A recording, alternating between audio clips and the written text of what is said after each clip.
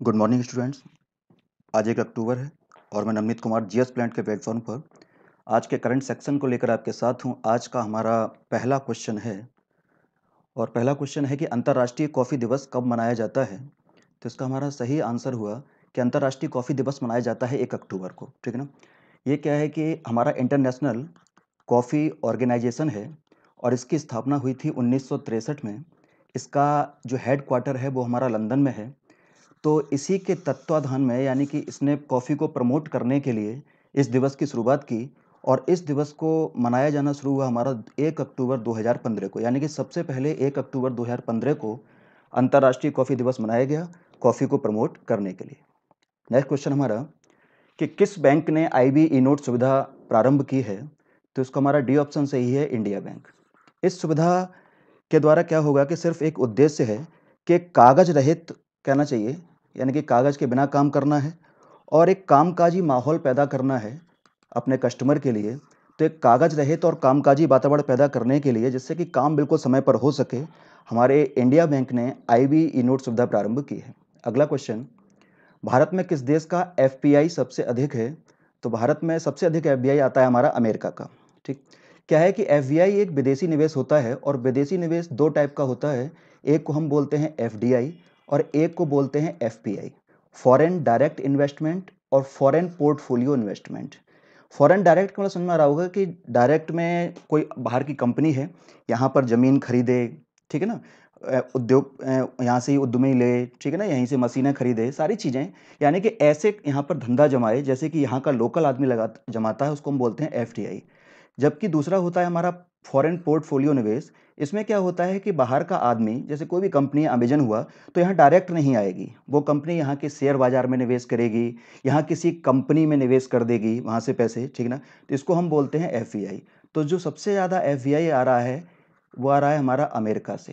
बिल्कुल चीज़ समझ में आ रहा होगा। ठीक, तो एफबीआई हमारा अमेरिका से और एफपीआई की हमारी फुल फॉर्म हो गई फॉरेन पोर्टफोलियो इन्वेस्टमेंट।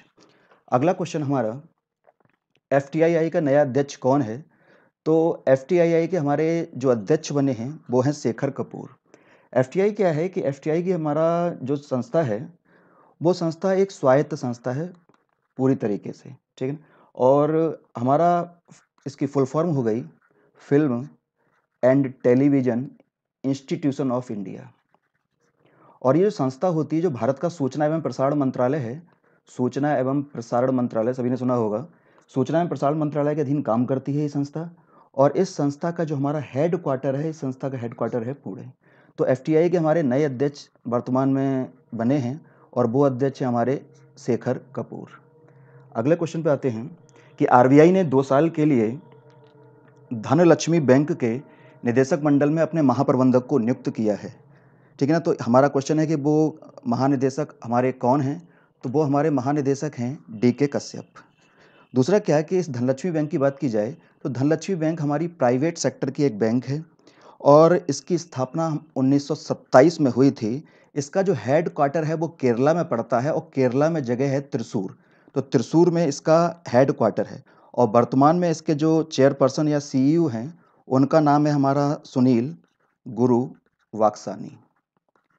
ये इसके चेयरपर्सन है, ठीक है ना। तो पुणे में इसका 1927 में स्थापित हुआ था। प्राइवेट सेक्टर की बैंक है हमारी और इसका हेड क्वार्टर जरूर याद रखना कि त्रिशूर वैसे भी चर्चा में है, केरला के पड़ता है त्रिशूर में।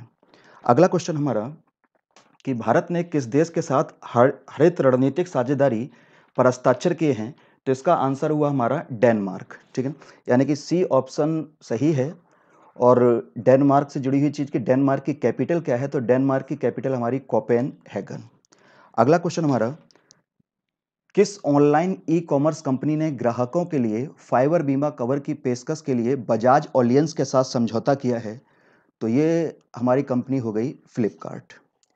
अगला क्वेश्चन, आईसीएमआर ने देश में पनप रहे कैट क्यू वायरस से भारत को आगाह किया है, ठीक है ना।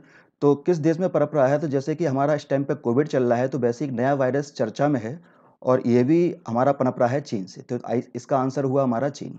दूसरा क्या है कि हम आईसीएमआर की बात करें तो आईसीएमआर की फुल फॉर्म हमारी Indian council of medical research. Indian council of medical research. इसका जो हेड क्वार्टर है हमारा वो दिल्ली में है। इसकी स्थापना 1911 में हुई थी और वर्तमान में इसके जो अध्यक्ष हैं वो हैं हमारे बलराम भार्गव। और जो हमारा आईसीएमआर है उसका काम क्या होता है कि मेडिकल रिसर्च के क्षेत्र में, ठीक है ना, निर्माण के क्षेत्र में दवाइयों के सहयोग बढ़ाना, बढ़त बढ़ाना, ये सब हमारे इसके काम है। यानी कि मेडिकल रिसर्च के क्षेत्र की एपेक्स बॉडी जो हिंदुस्तान की, एपेक्स का मतलब सबसे बड़ी बॉडी, वो है हमारी आईसीएमआर। अगले क्वेश्चन पे आते हैं कि नाबार्ड ने किस राज्य में स्वच्छता अभियान प्रारंभ किया है, स्वच्छता साक्षरता अभियान प्रारंभ किया है? तो इसका हमारा सही आंसर हो जाएगा कर्नाटक। कर्नाटक में क्या है कि सॉरी, हाँ, नाबार्ड ने किसमें प्रारंभ किया है? तो ये हमारा कर्नाटक। कर्नाटक में क्या है कि हमारा जो नाबार्ड की बात कर ली जाए तो नाबार्ड की फुल फॉर्म है हमारी national bank for agriculture and rural development. ये नाबार्ड की फुल फॉर्म है। नाबार्ड की स्थापना हुई हमारी 22 जुलाई 1982 को और इसका जो हेड क्वार्टर है वो है हमारा बम्बई में, ठीक है ना। नाबार्ड से जुड़ी हुई चीज़ क्या है कि नाबार्ड हमारी एक स्वायत्त संस्था है, यानी कि ऑटोनोमस बॉडी है, स्वायत्त संस्था, और ये भारत सरकार के, कहना चाहिए, रिपोर्ट करेगी, भारत सरकार के अधीन हो गई। और ये ग्रामीण क्षेत्रों के विकास के लिए और कृषि के विकास के लिए करती है काम।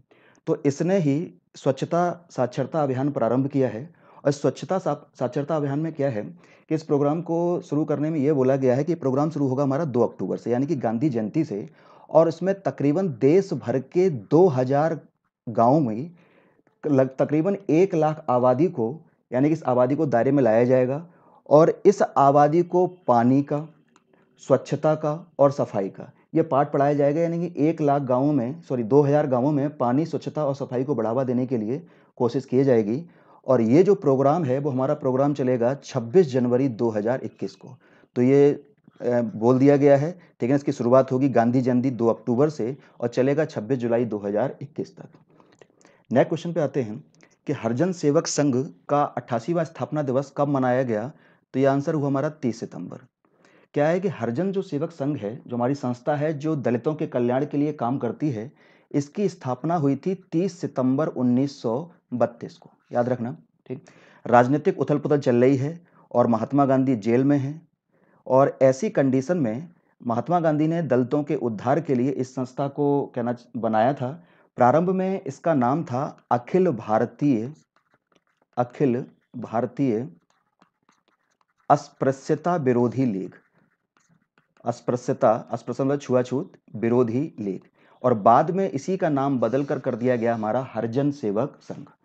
और इसका जो हेड क्वार्टर है हमारा वो दिल्ली में है संस्था का। और हिस्ट्री की चीज़, घनश्याम दास बिड़ला इसके पहले अध्यक्ष थे। घनश्याम दास बिड़ला, हिस्ट्री में पढ़ा होगा। और शंकर कुमार सान्याल वर्तमान में इसके अध्यक्ष हैं, शंकर कुमार सान्याल, ठीक। तो ये संस्था थी हमारी, 30 सितंबर 1932 को बनी। तो इसका 88वां स्थापना दिवस मनाया गया हमारा 30 सितंबर को। अगले क्वेश्चन पे आते हैं कि धारणी पोर्टल किस राज्य सरकार ने लॉन्च किया है? तो इसका आंसर हमारा तेलंगाना।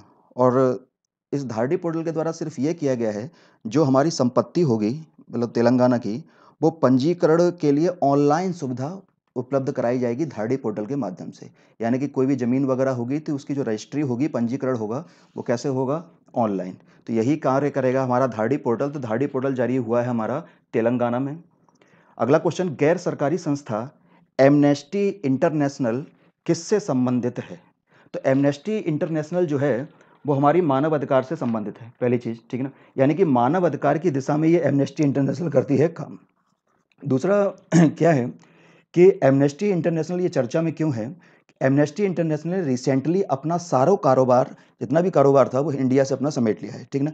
यानी कि जितने भी इसके ऑफिस वगैरह थे, कर्मचारी थे, वो सभी इंडिया से बुला लिए गए हैं वापस। और वापस बुलाने के पीछे तर्क ये दिया गया है कि भारत सरकार ने इसके कामकाज को बड़ा सीमित कर दिया था, क्योंकि कार्रवाई के तहत इसके सारे अकाउंट कर दिए थे भारत सरकार ने फ्रीज। तो इसलिए इसने अपना भारत से अपना सारा कामकाज समेट लिया है। और एमनेस्टी जो इंटरनेशनल है, इसकी स्थापना हुई थी 1961 में मानव अधिकारों की रक्षा के लिए काम करने के लिए। इसका जो हेड क्वार्टर है वो है लंदन में। और इसके जो फाउंडर थे, यानी कि संस्थापक थे, वो हैं थे हमारे पीटर बेनेसन। तो ये एमनेस्टी इंटरनेशनल से जुड़ी हुई चीज़ें। अगला क्वेश्चन, वित्त वर्ष 2020 में उच्चतम प्रति व्यक्ति विकास प्राप्त राज्य कौन सा है? तो ये राज्य है हमारा बिहार। ठीक है ना, सुनने में अजीब लगता है, लेकिन बिहार ने 2020 के वित्त वर्ष में सबसे ज़्यादा तेज़ी से ग्रोथ की है और ये ग्रोथ रेट रहा है 9.13%। ठीक है ना, तो सबसे ज़्यादा विकास प्राप्त करने वाला राज्य हो गया हमारा बिहार। अगला क्वेश्चन, रूसी फार्मूला 1 ग्रैंड प्रिक्स का विजेता कौन है? तो ये विजेता है हमारा वाल्टेरी बोटास। ठीक है ना, वाल्टेरी बोटास हमारे रूसी फार्मूला 1 ग्रैंड प्रिक्स के विजेता हो गए और ये जो रेस हुई थी वो रसिया में हुई थी और रसिया का शहर हमारा कौन सा है? सोची। ठीक है ना, तो पूछा जाए कि रूसी फार्मूला 1 ग्रैंड प्रिक्स कहाँ आयोजित हुई? तो आंसर हो जाएगा सोची। और वाल्टेरी बोटास अगर किस देश से संबंधित हैं? तो ये फिनलैंड से संबंधित है। नेक्स्ट क्वेश्चन हमारा, महाराष्ट्र में कहाँ अंगूर पार्क स्थापित किया जा रहा है? तो महाराष्ट्र में नासिक में ये हमारा अंगूर पार्क किया जा रहा है स्थापित। ठीक है ना, ये हमारा आज का करंट सेक्शन पूरा हुआ। कल के करंट सेक्शन के साथ फिर कल मिलते हैं, तब तक के लिए गुड बाय।